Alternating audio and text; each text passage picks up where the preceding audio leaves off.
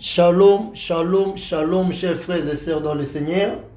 Partout où vous êtes en train de suivre votre frère le pasteur Alain Ngoma, je suis pasteur de l'église de Jésus-Christ au Congo, Kinshasa. Je viens vers vous pour partager avec vous mon témoignage. C'est un témoignage qui est vrai, c'est du vécu, c'est que moi j'ai vécu. Ce n'est pas un songe, pas non plus un rêve, mais c'est un témoignage. Bien-aimé, tu auras besoin de me contacter. Mon numéro de téléphone est là. 00243 90 27 26 26 4. 00243 90 27 26 26 4. Et je vous demanderai de vous abonner sur notre chaîne YouTube, la Sainte Doctrine RTV. La Sainte Doctrine RTV en majuscule. Vous vous abonnez pour nous permettre de bien servir le Seigneur encore. Quel est mon témoignage? Bien-aimé, celui que vous êtes en train de suivre aujourd'hui, je m'appelle Alain Ngoma et je suis pasteur. Bien-aimé, j'ai été ordonné au ministère comme pasteur depuis 1998. Mais après mon ordination, les choses étaient très difficiles. Rien n'était facile. Tout était très très difficile. Je n'avais pas de moyens. Je n'avais pas de possibilités. Et vivre pour moi, ce n'était pas facile. À l'église où j'étais pasteur, l'église n'avait pas de possibilités. Et moi, qui étais le second pasteur, et les frères qui étaient à l'église, la vie était vraiment difficile. Un bon matin, j'ai reçu un frère qui est venu me voir à la maison pour me demander une mesure de grâce. Il me dira, pasteur, si tu peux me faire grâce. Chez moi à la maison, nous sommes tellement nombreux. Alors, dormir à la maison, c'est très bizarre. Alors, comme toi, tu loues une maison chambre-salon, tu peux me permettre de passer mes nuits, ne fût-ce que dans ton salon. J'ai dit, tu es mon frère, pas de problème. C'est comme ça nous avions commencé de vivre ensemble avec les frères. Mais bien aimé, les frères ont compris qu'à l'église, on a d'autres images, une autre image. Mais aussi à la maison, il y a d'autres vérités que nous traversons, qu'on ne peut pas les faire voir à l'église. Parce qu'il a vécu chez moi, c'était encore très grave. J'étais pasteur, mais je vivais une vie d'épaisse pauvreté. Très, très, très pauvre. Pour manger, ma femme devait aller chercher de l'oseille à plus de 7 km. Venir avec ces l'oseille, et avec ça, nous devions trouver quoi manger. Et moi, je ne faisais rien par l'œuvre du Seigneur. Si je rentre à la maison, je prenais les jeux des dames, je commençais à jouer à la dame. Et surtout à l'époque, je ne connaissais pas les messages de la Sainte Doctrine. C'était vraiment très bizarre. Alors le frère, quand il a commencé de vivre avec nous, il a compris que le pasteur Alain Ngoma mène une vie très très difficile. Alors le frère s'est décidé. Comment nous pouvons vivre comme ça? Il me dira, pasteur, si tu peux prier pour moi et de me laisser aller en ville, débrouiller quelque chose que je peux faire pour nous permettre d'évoluer. Parce qu'avec cette pauvreté, nous ne savons pas comment évoluer. Je lui ai dit, ok, c'est une bonne idée. J'avais prié pour les frères, il était parti. Bien aimé, 3 ans après, le frère va revenir vers moi. J'étais à la maison. Tout ne marchait pas. Je vivais une pauvreté que tu ne peux pas imaginer. Ma femme n'avait pas quoi s'habiller, quoi mettre, moi-même. C'était vraiment bizarre. Un matin, j'ai vu le frère entrer à la parcelle. Je regarde le frère. Je dis, oh, mais ça c'est le frère que j'avais encadré. Tu vois, sa costume, une costume qui coûtait très cher. Ses chaussures, hop, une chaussure de haute qualité et qui coûtait très cher. Sa santé, n'en parlons pas. Nous sommes embrassés, nous avions prié. Il me dit, ah pasteur, moi je suis venu te chercher. Vraiment, c'était un marché que je t'offre. Je suis venu t'offrir un marché. Voilà ce qui s'était passé. J'étais en ville en train de vendre mes secrets. J'ai traversé dans un quartier de la ville et j'ai trouvé une église qui était à la fin de leur culte. Et dans cette église-là, après chaque culte, ils offrent aux fidèles à boire et à manger. Tout le monde. Et c'est une église qui avait plus de 2000 membres. Le frère me dira, ce dimanche-là, comme je passais, quand ils avaient distribué des secrets à tout le monde, il s'est fait qu'il y avait beaucoup de monde et une partie avait manqué de secrets. Alors le pasteur a dit, allez chercher des secrets. Et moi aussi je passais à l'heure même. Ils m'ont trouvé, ils ont pris mon casier de secrets. Ils m'ont payé l'argent que je devais avoir. Ils m'ont payé cet argent même fois 3 ou bien fois 4. Et comme je devais entendre les vidages, après avoir consommé les secrets, les bouteilles, je devais attendre les bouteilles, j'étais là. Le pasteur me dira, frère, au lieu de continuer de faire le marché des secrets, et si tu ne peux pas rester avec nous ici, devenir notre frère, servir Dieu ensemble avec nous, et Dieu saura ce qu'il fera avec toi. Alors j'ai vu la marque, l'église, tout ce qui était dans l'église, c'était confortable. J'avais accepté. Et quand j'ai accepté, le pasteur m'a dit d'accepter de rester là-bas à l'église. J'ai commencé à rester à l'église. Alors un jour, le pasteur s'est approché de moi pour parler avec moi si je pouvais avoir une connaissance de la part du Seigneur. Il a compris que je dirigeais bien la prière, j'étais un modérateur. Il a fait un essai, il m'a donné un kit pour diriger la prière. Et quand j'ai dirigé la prière, c'était formidable. Tout le monde avait bien prié. C'est depuis ce jour-là que le pasteur s'était intéressé de moi. Il commençait à m'amener avec lui partout où il partait. Alors après un moment, le pasteur va me faire une demande. Il dira, frère, est-il possible que nous puissions retourner là d'où tu es venu, là où tu avais connu le Seigneur, et d'établir une cellule de prière là-bas? Et au fur et à mesure que la cellule de prière va évoluer, on saura ce qu'on doit faire. Le frère me dira, pasteur, je n'avais pas de choix. J'avais directement accepté. Et quand j'ai accepté, nous sommes venus. Depuis que nous sommes venus ici au quartier, ça fait déjà 3 mois que nous avons commencé la cellule de prière. Mais qu'est-ce qui se passe? Du fait que les pasteurs qui sont aux alentours, ils ont constaté que l'homme blanc vient. Quand il vient avec un orchestre bien connu des musiciens, des qualités qu'on connaît dans notre ville. Et il est accompagné d'un orchestre de notre église. Il est accompagné dans sa suite avec les grands pasteurs que tout le monde cherche même à voir ici à Kinshasa. Alors tous les pasteurs de ces quartiers viennent maintenant à l'église. Maintenant moi j'ai peur. Parce que si l'homme blanc découvre les talents qu'ils ont, je finirai par perdre ma position. Voilà pourquoi j'ai réfléchi, je me suis dit non. Je connais quelqu'un, si c'est lui qui pourra être élevé avec toute la grâce qu'il a, avec toute sa façon de faire, et du fait qu'il me connaît, qu'il m'a aussi encadré, si c'est lui qui sera élevé un jour, moi je vais profiter de son élévation. L'homme en question, c'est le pasteur Alain Combe. Voilà pourquoi je suis venu te chercher pour te faire ces marchés. Mais je te dirai une chose, une fois quand il sera élevé, ne m'oublie pas, souviens-toi de moi. Je lui ai dit, ok, merci frère. Moi en fait, je ne connais pas cette église-là. Bon, laisse-moi le temps de prier le Seigneur et d'aller voir mon pasteur qui est le titulaire et de partager avec lui.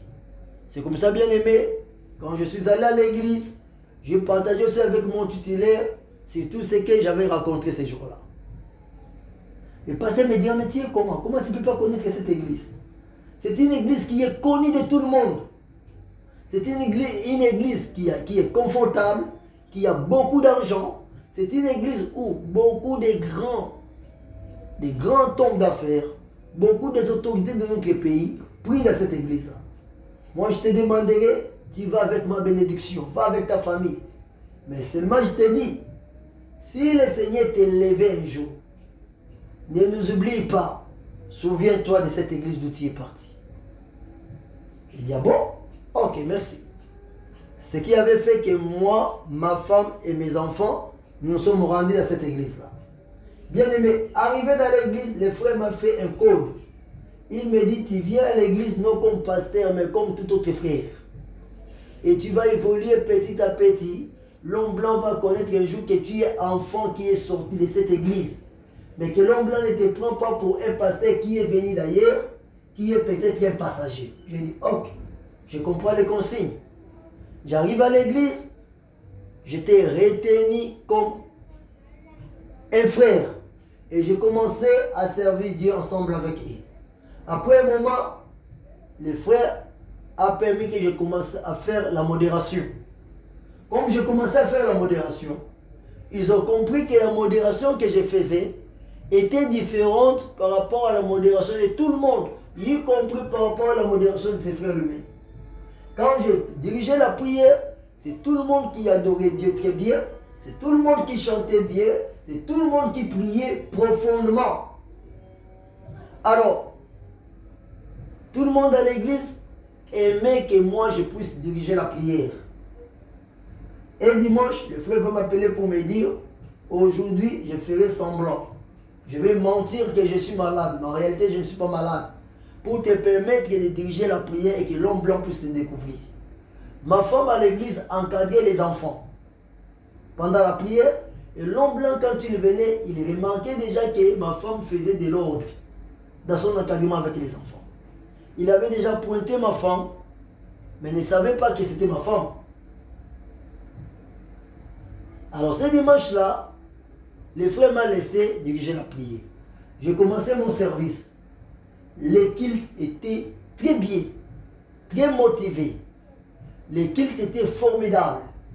Tout le monde priait, tout le monde adorait, tout le monde chantait. Les uns debout, les autres à genoux. Nous étions vraiment dans une mouvance du Saint-Esprit, dans la présence du Tout-Puissant. Le Seigneur Jésus-Christ était en action, le Saint-Esprit travaillait. C'était tellement bon. Alors, ce dimanche-là, l'homme blanc était venu légèrement en retard. Il entre à l'église avec sa suite de grands pasteurs, avec ses deux orchestres qu'il était venu ce jour-là, qui étaient venus l'accompagner. Ils entrent à l'église, tout le monde était en profondeur de la prière. Les autres en train de pleurer, de chanter, d'adorer, de prier. Il a dit, mais non, cette atmosphère, je ne l'ai jamais vécue ici. Qu'est-ce qui se passe? Il m'a laissé continuer la modération. C'était très bien. Alors j'ai vu les musiciens changer. Les musiciens qui étaient venus avec l'homme blanc, ils ont pris place. Je leur ai dit, écoutez, vous voyez comment tout le monde prie? Vous priez comme tout le monde prie ici. Si je vous donne le temps de chanter, c'est alors que vous allez chanter. Mais à une seule condition. Vous allez aussi chanter seulement la chanson que je vous demanderai de chanter. Si je dis c'est l'heure de la prière, tout le monde prie, vous priez aussi. Si vous voyez que vous n'allez pas faire comme ça, allez vous mettre, laissez ceux qui étaient là, continuez avec nous le service. Alors comme j'étais celui qui dirigeait les cultes, j'étais maître de culte, ils n'avaient pas de choix, ils ont obéi à l'ordre. Alors j'ai continué la modération. Comme la modération était tellement inspirée, tellement motivée, l'homme blanc s'est dit, mais ces gens-ci, quand je ne suis pas là, qui prêche?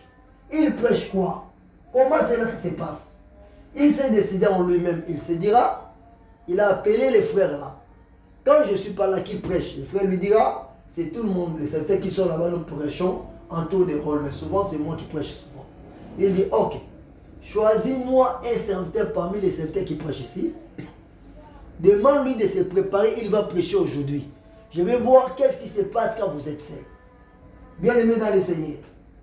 Le frère est allé consulter les autres serviteurs. Il dit à celui-ci, est-ce que tu peux prêcher aujourd'hui?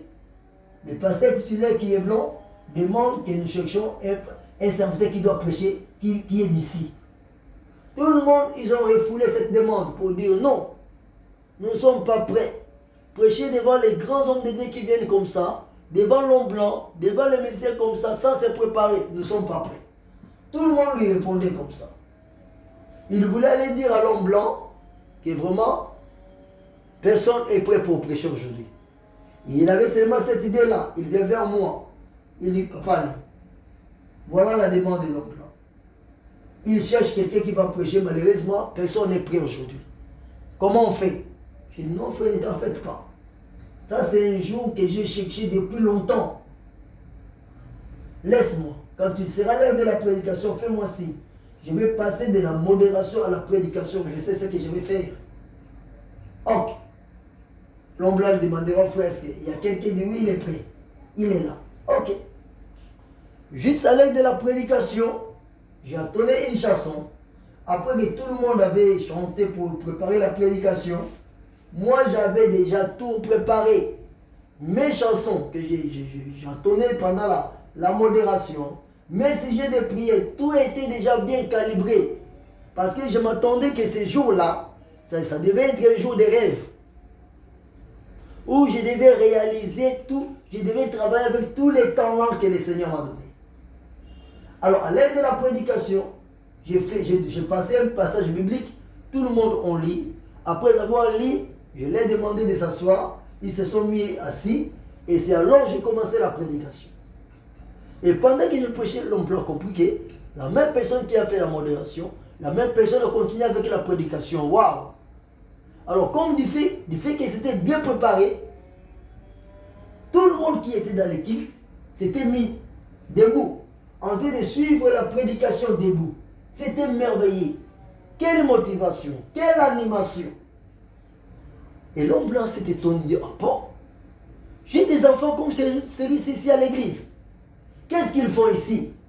Là-bas, à Gombe, j'ai besoin de serviteurs qui pouvaient modérer, qui pouvaient prêcher, je ne trouve pas. Mais voilà, nous avons des enfants ici capables et de modérer et de prêcher à la fois et très bien faire aussi ce travail. Il a dit non, je dois prendre d'autres décisions. Juste à la fin, après la modération, il me dit reste là. Vraiment, église, je prends une décision aujourd'hui, ici, à partir d'ici. Et la décision restera comme ça. Je vais prendre 3 personnes ici. Je les amènerai avec moi là-bas à l'église centrale, à la direction générale à Gombe. La commune de Gombe, c'est la commune administrative de notre pays. Alors, les 3 personnes que je vais prendre ici, ils seront au service du Seigneur à côté de moi, à mes côtés. Bien-aimé, il a pris la maman qui dirige les enfants de l'école, ne sachant pas que cette maman-là, c'était mon épouse. Il a pris les frères qui étaient venus me donner le marché. Il a dit aux frères, tu étais avec nous à Gombe, je vois l'œuvre évolue bien, tout le monde qui sont ici, je vais me choisir d'autres serviteurs qui vont rester dirigés ici. Toi, tu retournes là-bas pour l'œuvre à laquelle j'ai besoin de toi. Et la 3e personne l'a dit, le frère qui a modéré aujourd'hui. Pour moi, j'ai admiré ta façon de faire. J'ai admiré comment le Seigneur t'utilise.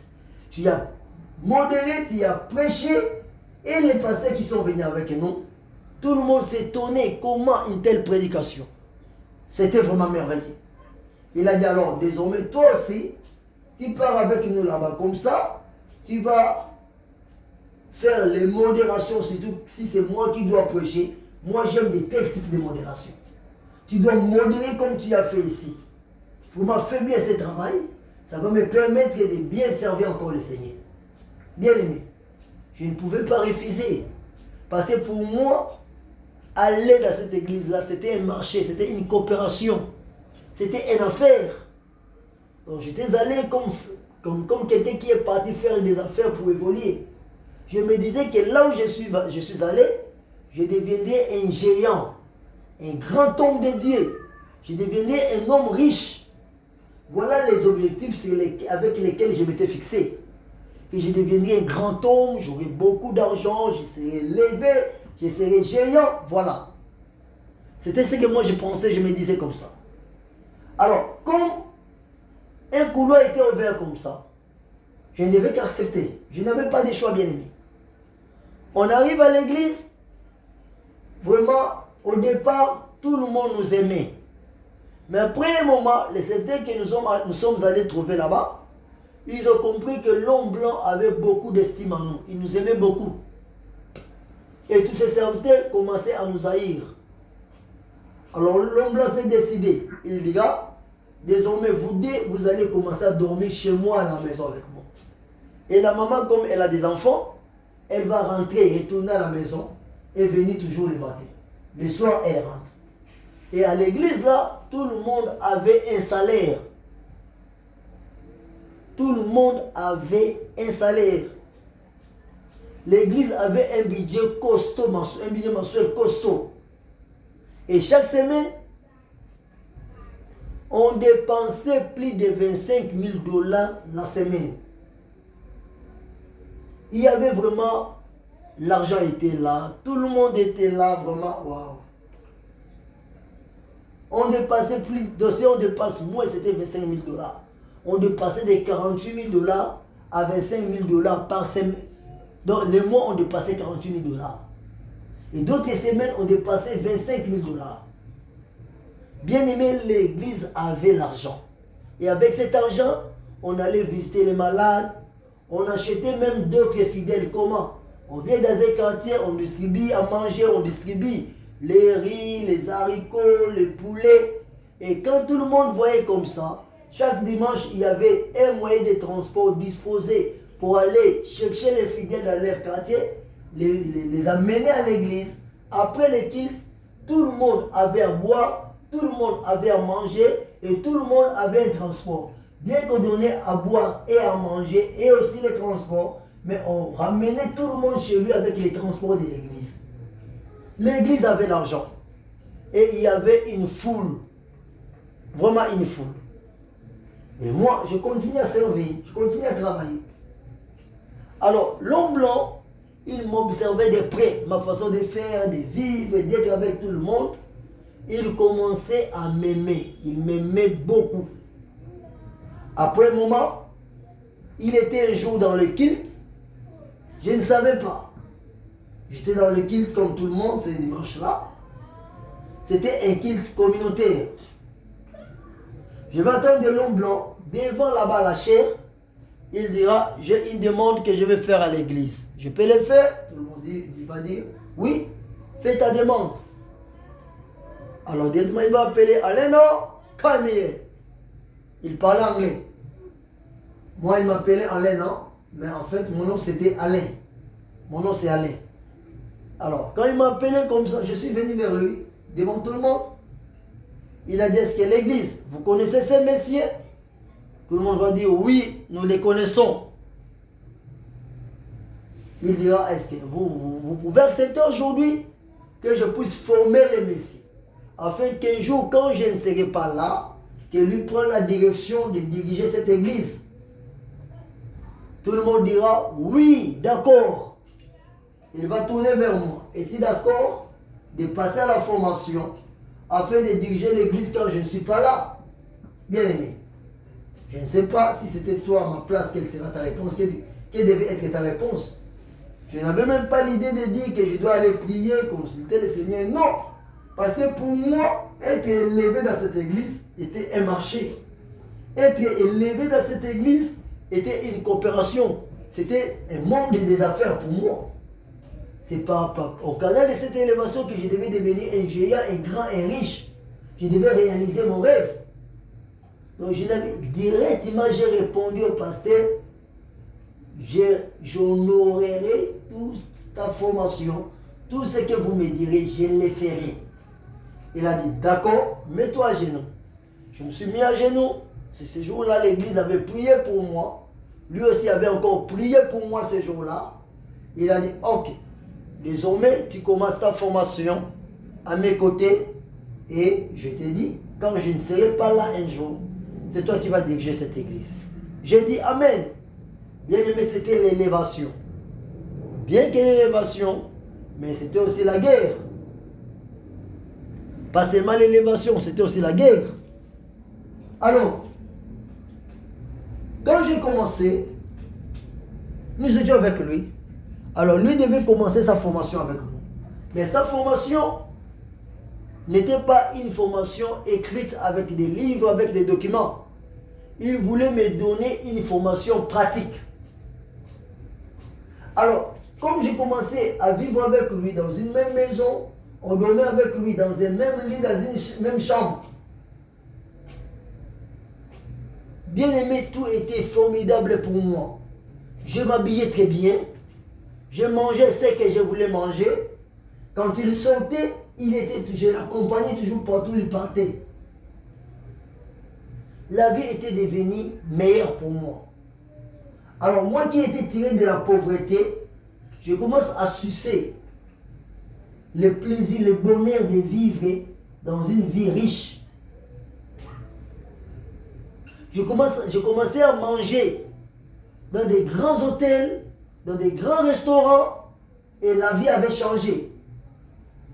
S'il faut me déplacer, on me donnait une Jeep avec un service de sécurité qui devait m'accompagner.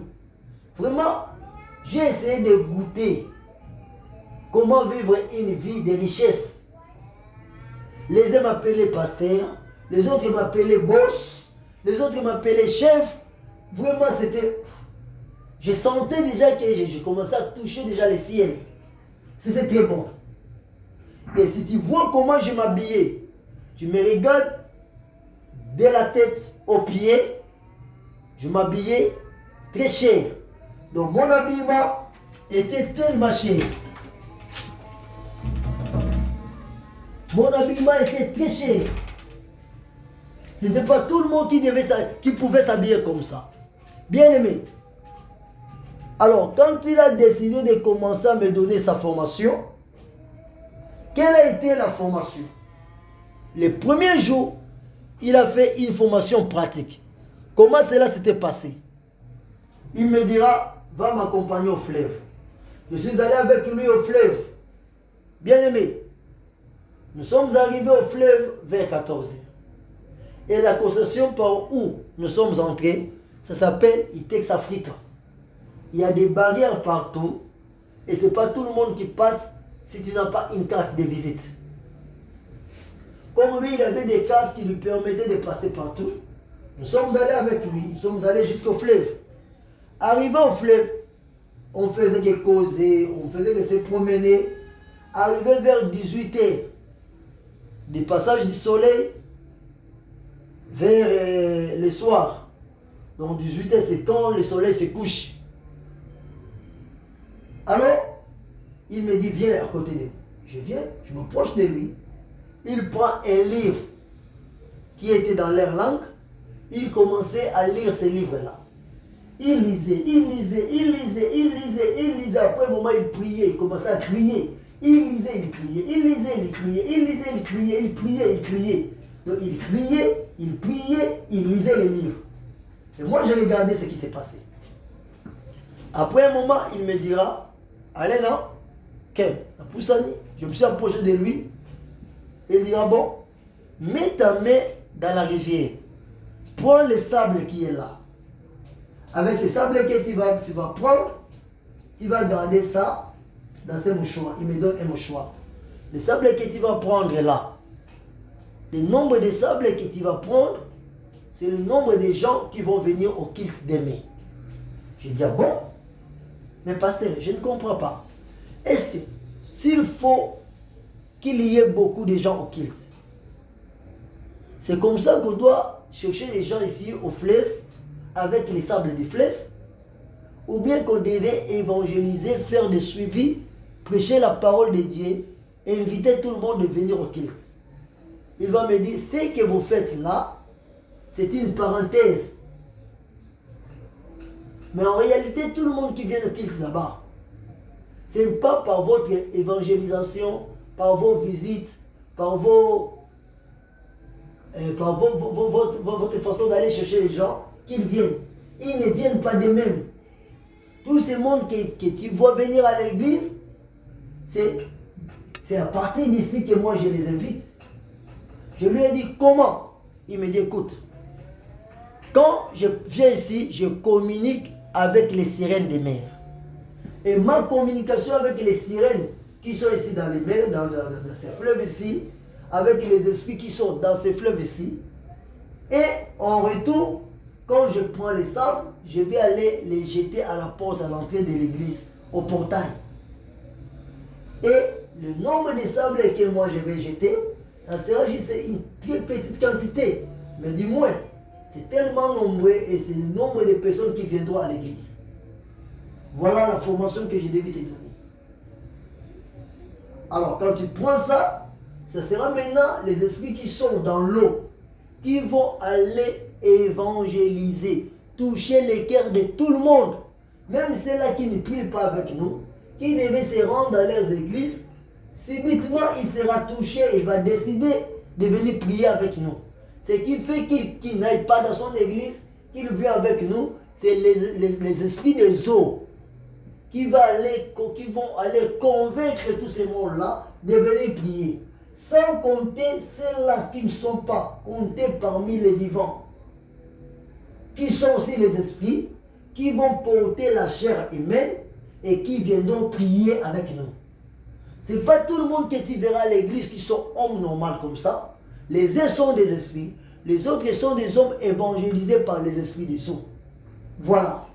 C'est ce que tu vas comprendre. Et c'est là que vous invitez, tout le monde va se réunir ensemble, va se rassembler à l'église pour la prière. Alors, comme je dois te former, tu dois comprendre comment ça se fait. Voilà la première formule pour inviter beaucoup de monde au culte. Et deuxièmement, pour les inviter, j'utilise ces livres magiques avec ces prières que j'ai fait. Alors toi, tu dois connaître toutes ces prières, tous ces livres, quand je ne serai pas là, pour avoir une église bien pleine de membres. C'est ce que tu feras. Tu viendras toujours dans le fleuve, un jour le soir avant le culte, tu fais ces incantations, tu fais ces évocations et tu vas parler, communiquer avec les esprits des mers. Les sables que tu vas prendre, c'est le nombre de gens qui viendront à l'église. Je dis, désolé mon pasteur, moi je n'ai jamais appris comme ça, je n'ai jamais connu tout ce que tu es en train de partager avec moi ici. Alors je te dirai, je n'oserai pas m'agenouiller, m'abaisser et prendre les sables pendant que tu pries, pour qu'avec ces sables, qu'on puisse aller trouver des fidèles qui viendront à l'église. Moi, je ne ferai pas ça. Il me dit, prends les sables. Je dis, non, je ne prends pas les sables. J'avais catégoriquement refusé, bien aimé. Alors lui-même s'est abaissé, il a pris les sables, il a gardé dans son mouchoir, il a continué avec sa prière et après, il est arrivé à la fin de la prière. Après avoir fini avec sa prière, il s'est fâché terriblement contre moi. Il m'a abandonné là-bas au fleuve. Il est entré dans la voiture Mercedes. Il a démarré et il est parti. Il m'a laissé là-bas. Et j'ai commencé à le suivre à pied comme ça. Et heureusement, c'était le soir, tout le monde qui habitait cette concession devait retourner et il y avait l'embouteillage à l'entrée. J'arrive à l'entrée, je le trouve, j'ouvre la portière, j'entre. Il ne me disait rien. Très énervé. Il était très en colère. Alors, nous sommes venus avec lui, arrivé à l'entrée de l'église au portail. Il me dit, toi, tu attends après. Alors, je t'explique d'abord ce que j'ai fait. Il me dit, descends. Nous descendons. Il ouvre les mouchoirs là. Il prend les sables qu'il avait pris dans le fleuve. Il les répand. À Sopia Oliboso, à la portail. Donc, il les répand dans la portail là-bas. Il jette tous ces sables-là. Et pendant qu'il les jetait, il était en train de dire des paroles que je ne comprenais pas dans leur langue. Et après, il me dit, entre. Nous sommes entrés maintenant à l'intérieur de l'église. Il a tourné contre moi ce jour-là. Il s'est fâché terriblement. Il me dit, écoute, si un autre jour, je te dis ce que tu dois faire et tu refuses, je ne vais plus continuer la formation avec toi. Ce que je te dis, c'est ce que tu dois faire. Je t'apprends ça parce que demain, je ne serai pas là. L'église doit avoir beaucoup de monde et c'est avec toi que cela va se faire. Alors, si tu refuses cette formation, il faut me dire. Et je vais me choisir une autre personne. Je me suis dit, bon, là c'est sérieux. Qu'est-ce que je dois faire maintenant? Alors, je me disais, cela m'avait dépassé. que tout le monde qui vient ici, ce sont les esprits des eaux qui vont chercher ce monde-là pour venir. Ce n'est pas l'acte que nous faisons d'aller évangéliser, d'aller visiter les gens, d'aller prêcher à la rue. Ce n'est pas ça. Mais ce sont les esprits des eaux qui partent prêcher. Et encore, tout le monde qui vient prier ici, les uns sont des esprits qui se métamorphosent, qui portent le corps humain pour venir prier ici. Et si vous sortez à l'église, vous allez compter des jeeps de qualité, des belles voitures. Je dis, ah bon? Et j'étais troublé en moi-même. Bien aimé, j'étais vraiment troublé. Cela m'avait dépassé. Quoi faire? Je me suis dit, ok. Moi, je vois, je dois quitter cette église. Parce que je me dis, là, ce que je comprends, ce n'est plus Dieu. Et quand je m'étais décidé comme ça, cette nuit, je suis allé dormir. Quelqu'un est venu me réveiller pendant que j'ai dormi. Allez, mets-toi debout et mets-toi assis. Je me suis levé de mon lit, je me suis mis assis dans une chaise. Bien aimé, j'ai écouté quelqu'un me parler par une voix audible. Écoute ce que je te dis. Si toi tu es venu dans cette église pour devenir riche, pour devenir un géant, un homme grand, mais c'est moi qui a permis que tu sois là. J'ai permis que tu sois là parce que demain, je veux que mon église soit instruite. Je veux que mes enfants ne se perdent pas. Voilà pourquoi j'ai permis que tu sois là. N'aie pas peur, ne crains rien, ne tremble pas. Personne ne te fera du mal. Mais apprends avec sérieux tout ce que tu dois apprendre ici. Sachant que plus tard, ça sera une bénédiction pour mon peuple, pour mon église. Tu vas éclairer beaucoup de gens. Et mon peuple saura que le diable est en train de travailler. Et cela permettra à mon peuple, à mes serviteurs, à mes enfants, de ne pas aller ni à gauche ni à droite, de demeurer toujours dans la parole de Dieu, de se donner toujours à l'œuvre de la croix et de ne pas croire au diable. Reste là. C'est moi qui ai permis que tu sois là. Je te ferai quitter cette église quand le moment opportun sera là. Directement, je me suis réveillé, que j'étais dans la chaise. Qu'est-ce qui s'était passé? Je ne pouvais pas expliquer. J'ai dit, ah bon? Malheureusement, j'avais toujours peur. Je sentais en moi quelque chose ne marchait pas. Alors, juste dans les mêmes semaines qui sont venues, le pasteur a connu un problème. Il y avait un politicien qui était venu des États-Unis, qui est venu rendre visite. Il était un homme d'État. Il est venu rendre visite dans notre pays. Alors, le pasteur avait décidé ce jour-là, dans le cortège qui devait recevoir cet homme d'État, qu'on puisse l'accompagner, lui aussi, il sera dans ce cortège-là. Nous sommes allés, après avoir accueilli cet homme d'État, nous étions en route retour et nous sommes revenus à l'église. Or, il y avait un photographe. Ce photographe était aussi blanc comme lui. À l'église, on n'avait que des blancs. Lui, le pasteur titulaire, et l'autre qui était blanc, mais qui était son photographe. Il jouait le rôle d'un journaliste. Partout le pasteur passait, lui tirait des photos. Partout le pasteur prêchait, lui prenait des images. Et il renvoyait ces images dans leur pays d'où ils sont venus. D'où ils étaient venus. Alors ce jour-là, or que lui, malgré qu'il était aussi photographe, nous, ce que nous ne connaissions pas, il était aussi missionnaire, formé comme notre pasteur titulaire. Mais nous, on croyait qu'il était un simple photographe. Mais or qu'il était aussi missionnaire. Alors il a envié les postes de ce pasteur titulaire. Il a pris ces photos-là, il a pris tout ce qu'il avait filmé ce jour-là, il l'a envoyé vers leur père spirituel. Et quand le père spirituel a regardé ça, il a dit, mais chez nous c'est interdit que tout le monde puisse savoir que nous sommes en contact direct avec des politiciens.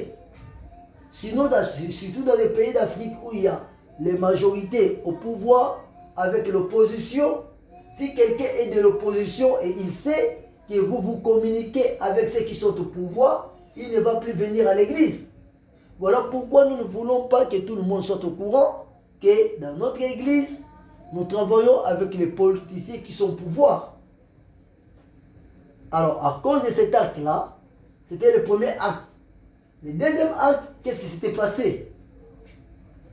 Il y avait un homme de Dieu, un grand homme de Dieu reconnu, qui est un Nigérien. Il a des grandes églises ici au Congo. Alors, il a son jet privé. Un jour, il est venu rendre visite dans l'une de ces églises qui est au Congo à Kinshasa. Alors, le pasteur qui était avec nous, lui aussi, il est parti accueillir ce grand homme-là de Nigeria. Et pendant qu'il avait accueilli, c'est lui qui avait tenu entre ses mains la coupe de la Sainte Seine qui avait le sang de l'agneau, le sang de Jésus-Christ. Quand on servait la Sainte Seine, c'est ces coupes-là où on s'était servi, ces bols-là où on s'était servi pour mettre les vins, comme la Seine, comme le sang de Jésus, c'est lui qui avait tenu ça. Alors, l'autre missionnaire qui avait les caméras, qui avait la caméra, il était en train de filmer. Il a pris encore les images, il a renvoyé vers leur père spirituel. Quand il a renvoyé ça, le père spirituel a encore regardé et a dit, mais je vois cet enfant, il s'est déjà perdu. Et d'ailleurs, chez nous, il est interdit, un autre pasteur qui est dit notre église ne peut pas prêcher chez nous. Mais lui vient, il commence à faire passer d'autres pasteurs qui ne maîtrisent pas notre doctrine. Ils viennent passer, ils viennent prêcher chez nous. Alors, ce qu'on doit faire, il faut les rappeler. Ce qui avait fait qu'on puisse rappeler ces pasteurs, qu'ils retournent chez eux, là où il est venu, et on devait remplacer un autre pasteur. Et le pasteur qu'on devait remplacer, c'est qui? C'est ce pasteur qui était photographe, qui accusait le premier pasteur, et c'est lui qui avait remplacé ce pasteur-là. Donc c'est lui qui deviendra le pasteur titulaire. Bien aimé, ce n'était pas facile.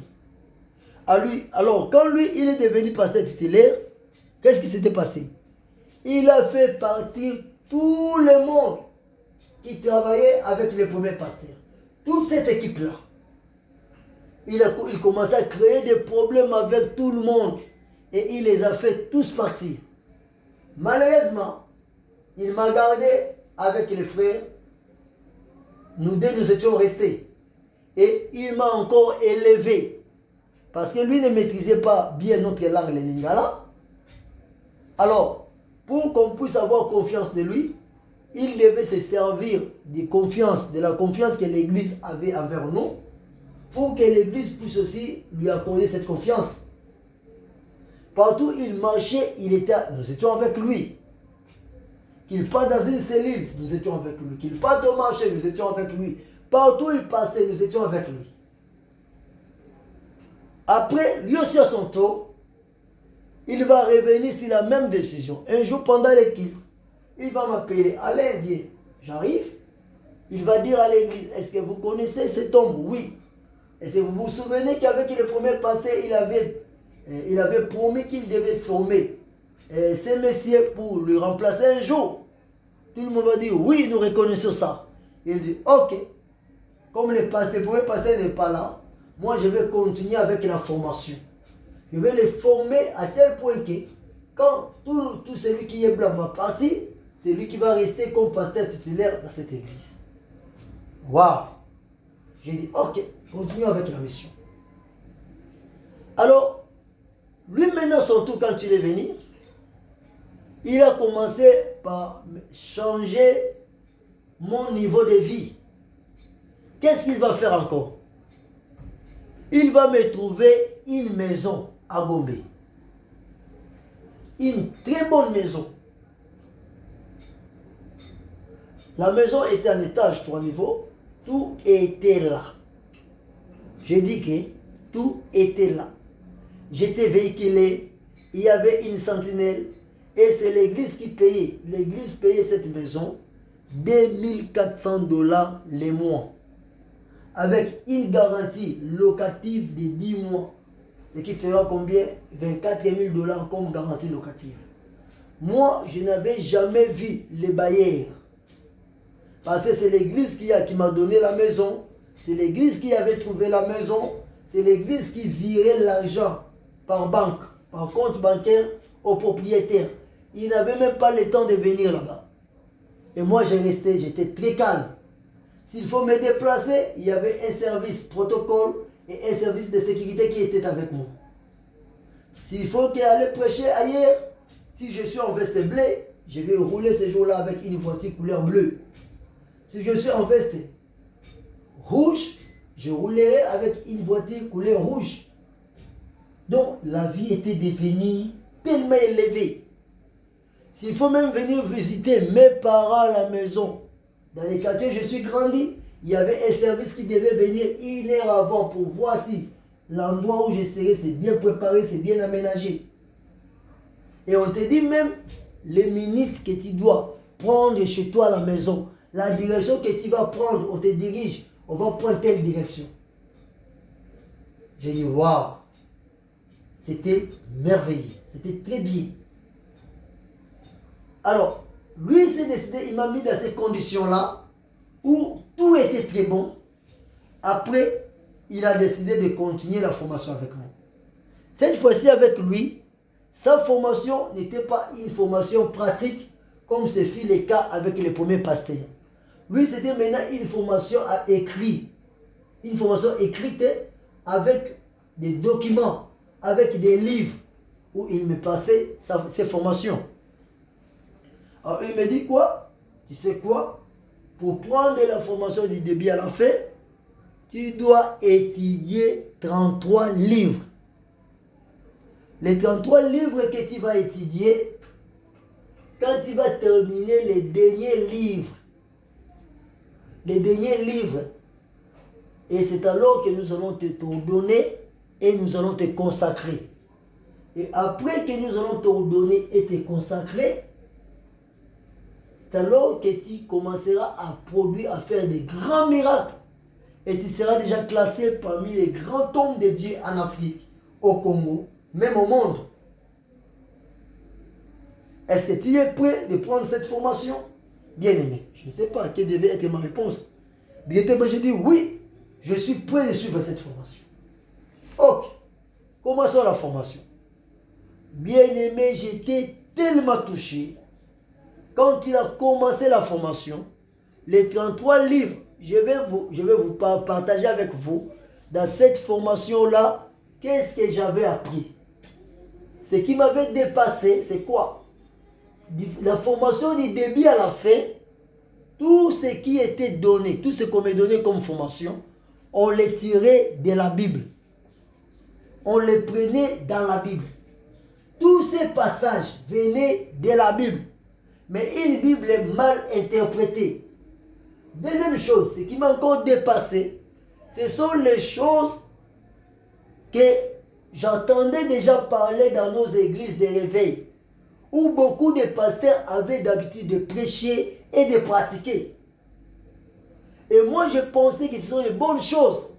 Or, ce sont les choses qui sont venues du monde des ténèbres. Le diable a pris ses enseignements. Il a falsifié, il a mal expliqué la parole de Dieu. Et il a pris ses enseignements pour les déposer dans l'assiette de l'église. Et l'église commence à prêcher ces enseignements, soi-disant que ce sont les enseignements inspirés qui viennent du Saint-Esprit. Or, ce sont les enseignements diaboliques qui sont injectés dans les milieux chrétiens pour que les serviteurs de Dieu les prêchent dans les églises et les enfants de Dieu croient dans ces enseignements, à la fin des comptes, pour les amener en enfer. En fait, qu'est-ce qui se passe? Le diable s'est créé une suite, un groupe de serviteurs de Dieu, soi-disant des serviteurs de Dieu. Mais ce sont des faux serviteurs de Dieu. Ce sont des serviteurs du diable qui ne sont pas les vrais serviteurs de Dieu. Et ces gens-là, ils servent les diables. Mais le diable a créé des grandes églises.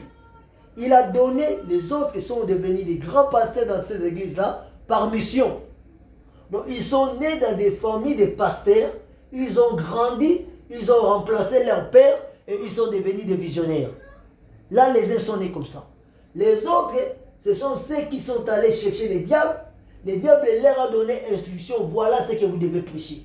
Et il les prêche dans des médias, dans des radios, partout. Et l'Église croit que ce sont les enseignements, comme il cite les versets bibliques, ce sont les enseignements qui viennent de Christ, du Saint-Esprit. Or, ce sont les enseignements qui viennent du monde des ténèbres. Ils ont fait poser ces enseignements dans les églises pour amener les enfants de Dieu en enfer. Alors, tout ce que le Seigneur a ordonné qu'on ne puisse pas faire, c'est que le Seigneur a interdit que les enfants de Dieu ne doivent pas faire, et ils interdisent ça. Et ils permettent ça. Mais l'église était tellement voilée, à tel point que l'église ne savait pas que le diable a déjà intégré, a déjà infiltré l'église. Ils se sont infiltrés dans l'église pour détruire les enfants de Dieu afin de les amener en enfer. Comment moi j'ai compris ça? Quand le pasteur a commencé le premier chapitre avec moi, quel a été le premier chapitre? Il me dira le premier chapitre, c'est le moi j'appelle les chapitres. Ce sont les livres, les 33 livres, que moi je vous présenterai ça sous forme de chapitres. Parce que si je dirais de donner tout ça comme livre, je ne sais pas quel jour je vais finir. Parce que imaginez-vous, j'avais pris 7 ans, jour pour jour, en train de suivre cette formation. Donc, je ne peux pas prendre aussi 7 ans, jour pour jour, en train de donner ces témoignages.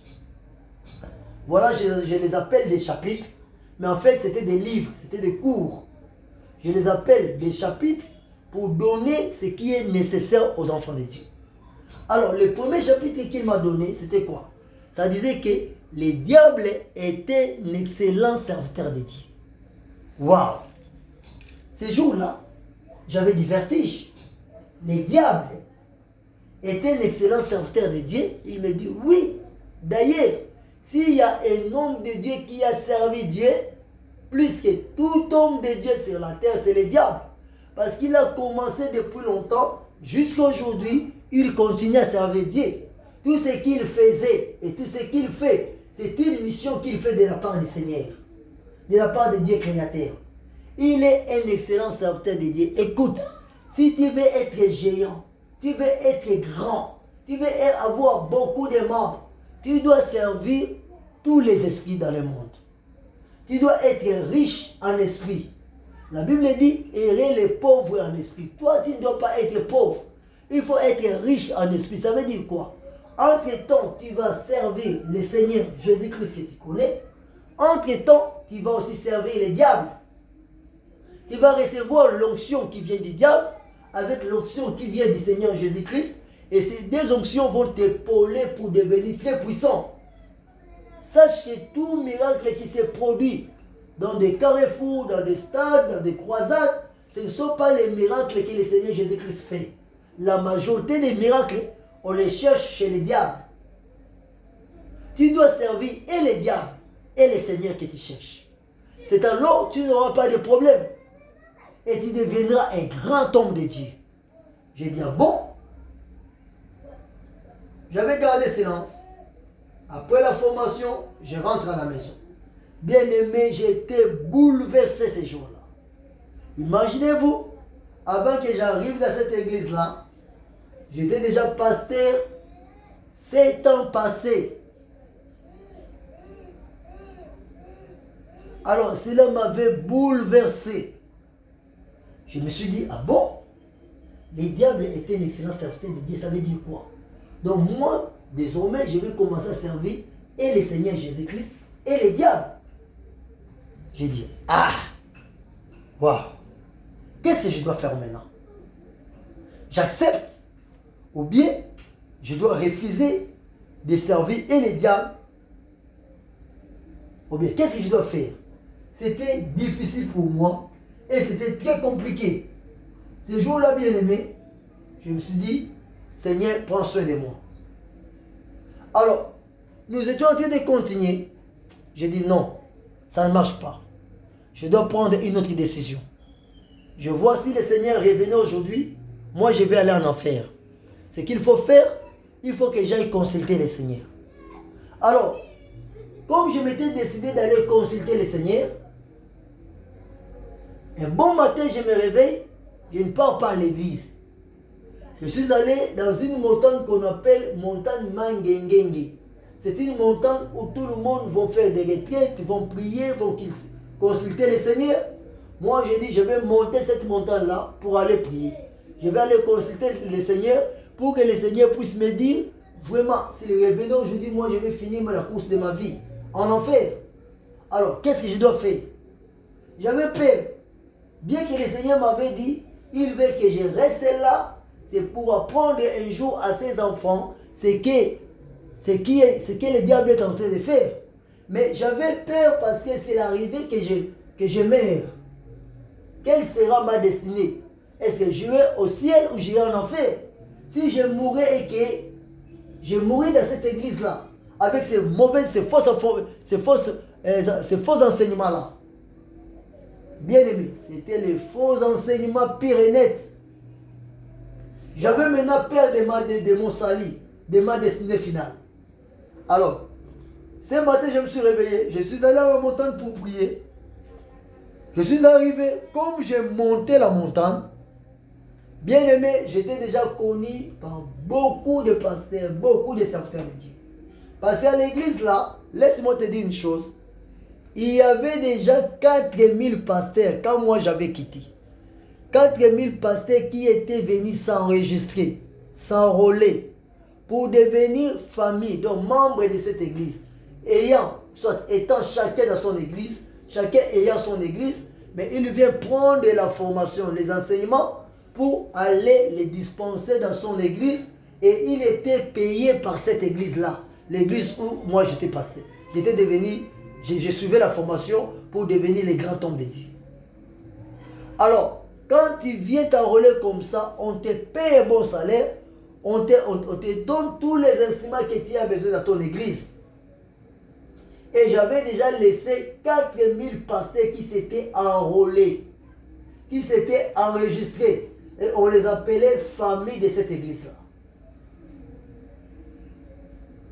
Moi, comme j'étais celui qu'on avait élevé, que j'étais en formation et que je devais devenir les grands hommes qui devaient diriger tous ces réseaux-là. Et tous ces pasteurs-là me connaissaient. Parce qu'en fait, il était arrivé à ce stade-là. J'étais arrivé que si quelqu'un veut voir l'homme blanc, il devait passer par moi. Et j'étais devenu le numéro 2. Donc, tout ce qui se passait par l'homme blanc devait passer aussi par moi. Quelle élévation! Alors, ce jour-là, je m'étais décidé, je dois aller chercher l'Éternel. J'arrive à la montagne Mangengenge. Comme je commençais à monter la montagne, j'ai vu un monsieur en train de descendre avec sa canne. Moi, je m'étais habillé avec ma veste rouge. Je rencontre le monsieur à 1 mètre, il se met debout, il me dit « Bonjour, pasteur Alain Ngoma ». Je lui ai dit « Bonjour, est-ce que tu me connais ?» Il me regarde et il me dit « Écoute, moi, ça fait longtemps que je suis ici à la montagne pour la prière. Mais hier, pendant que j'ai prié, le Seigneur m'a instruit, il m'a dit, aujourd'hui je dois descendre vers 9h et je rencontrerai quelqu'un en train de monter la montagne habillé en rouge et que je te fasse passer ces messages.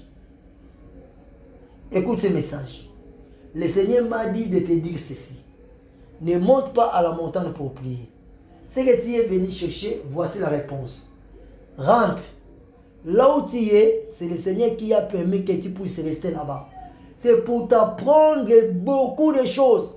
Mais ce que tu vas apprendre, c'est une formation qui ne vient pas de Dieu. Mais ce que tu vas apprendre, sache-le, ça sera une bénédiction. Au moment opportun, le Seigneur va te faire partie de cette église-là. Tu ne mourras pas. Même si on met du poison dans la nourriture que tu vas manger, tu ne mourras pas. N'aie pas peur. tu es sous protection du Seigneur. Apprends avec soin tout ce que tu vas apprendre. À la fin de ta formation, quand tout sera à la fin, le Seigneur va te faire partie de cette église et tu ne perdras rien. Ne pose pas beaucoup de questions, mais apprends. Sache que ce que tu es en train d'apprendre, c'est pour le bien de mon peuple. Alors, retourne, rentre, ne monte plus à la montagne. Je dis, monsieur, comment tu t'appelles? Il me regarde, il ne me donne pas son nom. Je peux avoir ton numéro de téléphone? Il n'avait pas un téléphone. Il a retourné, il a commencé à remonter vers la montagne. Il rentre. J'ai dit non, je dois parler quand même avec ce monsieur. J'essayais de l'approcher, c'est comme s'il y avait une fosse qui me séparait avec le monsieur. Comme s'il y avait un espace, un vent qui est entré à l'intérieur, qui nous séparait, nous deux. Je ne pouvais même pas l'approcher. Il tourne le regard, il me regarde, il fait un petit sourire, il tourne, il monte. J'ai été comme si quelqu'un qu'on avait... Donc, je ne sais pas comment expliquer. Donc, j'étais sorti en moi, j'étais dépassé. Je me suis dit, ok, je retourne, je rentre. Je suis rentré, j'arrive à une de notre cellules. J'ai dit à ces pasteurs-là, si on t'appelle à la direction, il faut leur dire que j'étais ici la journée, j'étais venu pour l'évangélisation. Alors, je pars à l'église, maintenant l'homme blanc avait tourné ses jours contre moi. Tu es parti où depuis le matin? Je te cherche, je ne vois pas, tu es parti où? Je lui ai dit, j'étais à la cellule vers Kingasani là-bas. Qu'est-ce qu'il faisait? J'étais parti rendre visite aux fidèles. Il me dit, mais à la prochaine, il ne faut pas faire ça. Si tu te déplaces, il faut me dire tu pars ou faire quoi. Tu ne peux pas te déplacer, je ne sais pas là où tu es parti. Il s'est fâché contre moi. J'ai dit, ok. Alors, quand je suis arrivé à l'église, je suis descendu de la voiture, j'entrais à l'église, il m'a approché. Elle m'a dit, évangile, on m'appelait évangile. Donc, c'est juste évangéliste. Évangile, j'ai fait un rêve la nuit, c'était terrible. Je dis, quel rêve tu as fait? Elle me dira, pendant que je dormais, j'ai vu un vent entrer ici à l'église et ce vent commençait à casser toutes choses. Il y avait un hélice qui décapitait les gens, qui tuait tout le monde. Le vent commençait à renverser les chaises. C'était terrible. Et tous les hommes de Dieu qui sont avec nous, chacun prenait sa voix, chacun commençait à fuir. Et je me disais, qu'est-ce qui se passe? Alors, j'ai regardé de près quand tout le monde fouillait, prenait fuite. J'étais vu aussi en train de fuir. J'ai couru vers toi. J'étais tenu, j'étais attrapé par ta main droite. J'ai dit, Évangile, tu veux partir où? C'est toi qui diriges bien la prière ici. C'est toi qui nous prêches la parole de Dieu. Si tu pars, tu vas laisser l'église avec qui? Vraiment, je te demande pardon, ne va pas. Ne nous laisse pas comme ça. Retourne à l'église, viens rester avec nous. C'est comme ça que tu es retourné et je me suis réveillé. J'ai dit, ok, merci. Je comprends les rêves, ça veut dire quoi? Mais ne t'en faites pas, je suis avec vous. Je ne vais pas vous quitter, je ne vais pas partir très loin. Je suis là avec vous. Ok. Nous sommes parlés avec la maman, mais moi-même j'avais compris qu'elle voulait dire le message. Parce que c'est ce que le prophète m'avait dit sous une autre forme, c'est ce que le Seigneur m'avait dit autrefois, et c'est ce que la maman me dit. J'arrive à l'église, j'entre dans le bureau, je sors le soir, je retourne à la maison. Je n'étais pas calme. La nuit encore, le Seigneur va me dire par une voix audible, écoute Alain, mon fils. C'est moi qui a permis que tu sois là. N'aie pas peur. Ne pose pas beaucoup de questions. Prends bien soin de cette œuvre. Apprends ce que tu vas apprendre. Sache qu'un jour, ce que tu apprends sera une bénédiction pour mon peuple. Waouh! Bien aimé, c'est alors que je m'étais décidé de rester là-bas pour apprendre ce que je devais apprendre. Alors, le premier chapitre, c'était quoi? Le premier chapitre m'avait appris que Satan le diable était un excellent serviteur de Dieu. Bien aimé, c'était grave. Le deuxième chapitre, après le premier chapitre, c'était quoi? Comment se connecter au diable et à tous ces mauvais esprits pour devenir grand. comment se connecter, comment être connecté au diable. Donc comment servir Dieu avec les diables à la fois et être en liaison, en contact avec les mauvais esprits, les esprits démoniaques pendant que tu sers Dieu dans un culte, dans un stade, dans une croisade, dans une conférence. Comment tu peux te connecter au diable pour que les diables puissent se manifester et qu'il y ait des miracles, des choses qui vont se dégager. C'était ça le deuxième chapitre. Et moi, tout ça, ça m'est dépassé. Le troisième chapitre, comment se concentrer pour dominer. Pour dominer tout le monde qui vient avec toi. Pour dominer tous les enfants de Dieu qui viennent prier chez toi. Et comment devenir patron pour dominer en étant concentré. Concentré chez qui? Comment se concentrer au diable pour dominer tout le monde. Donc tout ce que tu feras, personne ne te posera la question. Tout le monde le trouvera bon, que tu fais bien. Bien aimé, il y avait des choses, des chapitres les surnaturels, les pères spirituels. Donc on m'a appris des choses et des choses. Le ministère de la femme. Beaucoup de choses. Et j'étais tellement surpris d'apprendre que beaucoup de choses, exemple les chapitres sur le ministère de la femme, sur les femmes de ministère, les chapitres sur les pères spirituels, les chapitres sur les surnaturels. Nous on prêchait ça. Je pensais que ce sont les enseignements puissants qui devaient réveiller l'église de Jésus-Christ, qui devaient amener les enfants de Dieu à la connaissance du Seigneur. Mais j'étais étonné d'apprendre que tous ces enseignements sont les enseignements qui viennent du monde des ténèbres qu'on a injectés dans l'église pour amener les enfants de Dieu en enfer. Et il y a un rang de serviteurs des diables qui se sont autoproclamés serviteurs de Dieu, qu'on appelle grand homme de Dieu. Et or que les vrais hommes de Dieu, on les appelle les petits hommes de Dieu, les petits serviteurs. C'est là que vous appelez les grands hommes, ils sont serviteurs des diables, avec des grandes églises, avec des grandes foules. Vous les suivez. Et ils prennent les enseignements qui viennent du monde du ténèbre, ils les injectent dans l'église de Jésus-Christ pour amener les enfants de Dieu en enfer, dans la perdition. Voilà. Alors quand j'ai compris ça, j'avais mal au cœur, mais je n'avais pas le choix. Parce que le Seigneur m'avait déjà instruit de suivre la formation jusqu'à la fin. Et c'est alors, quand j'arriverai à la fin de la formation, lui-même me fera partie de cette église sans qu'il y ait problème. C'est alors que j'avais continué la formation. Bien aimé, arrivé au 14e chapitre. C'était un chapitre qui parlait sur les sacrifices. Quel sacrifice? Sacrifice dans l'œuvre de Dieu. Alors, comme on devait servir et le Seigneur et les diables, quand on se sacrifie pour le Seigneur, on devait aussi se sacrifier pour les diables.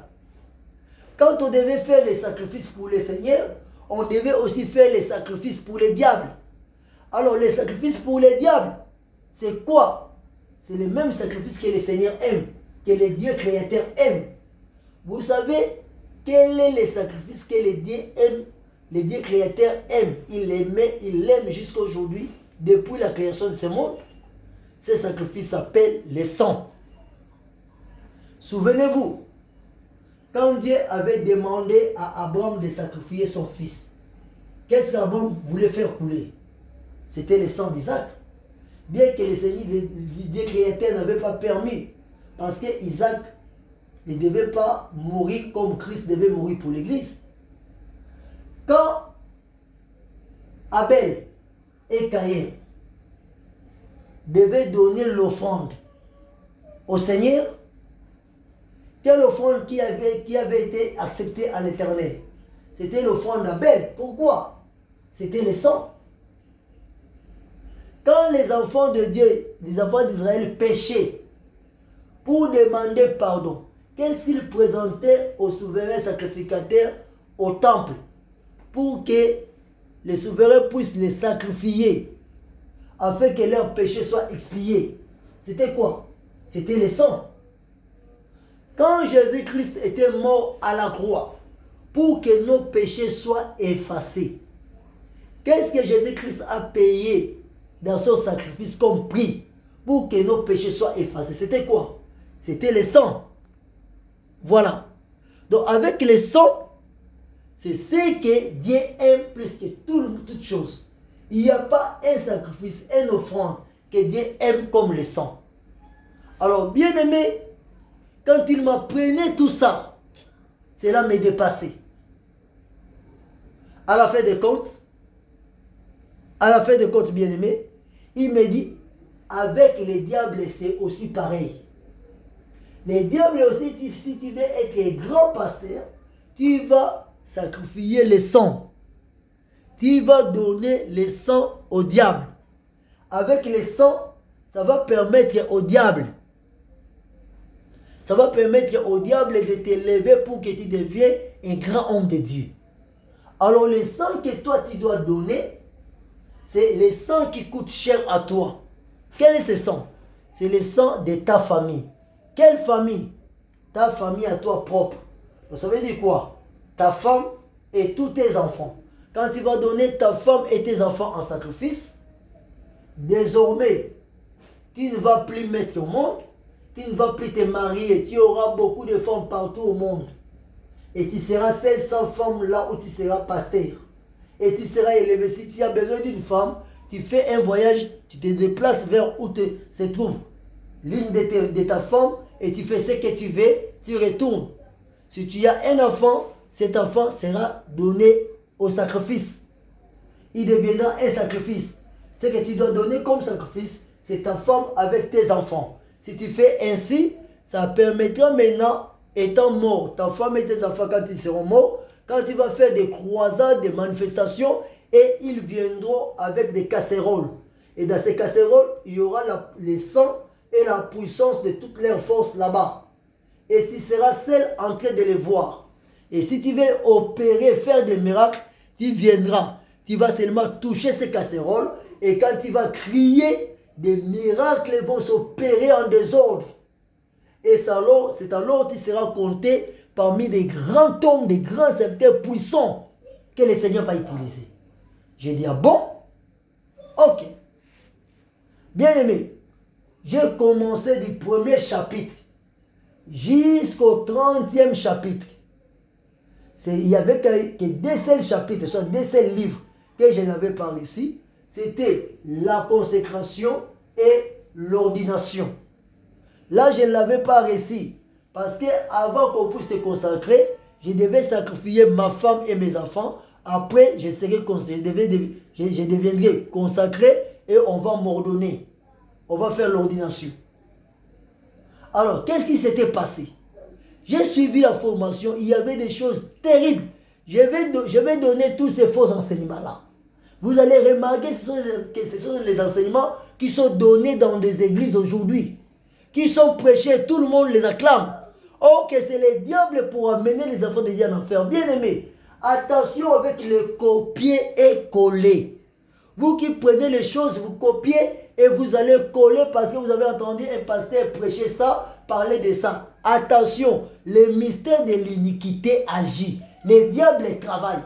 Ils m'ont donné 30 chapitres que j'ai appris. Ce sont les 30 chapitres des occultistes et des satanistes, de la magie qu'ils ont injecté, infiltré à l'église. Faisons attention. Ne va pas à une église parce que c'est une église qui a une foule. Va dans une église où le Seigneur te convainc, où la parole de Dieu est prêchée, où on te prépare pour le ciel, où on te présente la sainte doctrine, la vraie évangile pour ton salut. Alors, qu'est-ce qui s'était passé? Qu'est-ce qui est venu après? À suivre. Bien-aimé, laisse-moi te dire. Je donne mon numéro. 00243 90 27 26 26 4. Tu as des questions à me poser? Prends ce numéro-là, pose tes questions, je vais te répondre. Alors là, on m'a demandé de sacrifier ma femme et mes enfants pour devenir un grand homme de Dieu. En moi, c'était grave. Cela avait pesé. Mais quoi faire? Je devais continuer la formation ou pas? Bien aimé. Et quand je vais finir d'abord cette première partie de l'histoire, je vais maintenant revenir avec ces faux enseignements et vous comprendrez comment les églises que vous voyez toutes, églises, or que ce ne sont pas les églises. Il y a d'autres églises qui sont les serviteurs des diables qui se sont infiltrés dans l'église de Jésus-Christ dans l'objectif d'amener le peuple de Dieu en enfer. Faites attention, frère. Alors, je t'inviterai de suivre la deuxième partie de mon témoignage et de suivre aussi ces faux enseignements qu'il m'avait donnés. Vous allez comprendre beaucoup de choses que le diable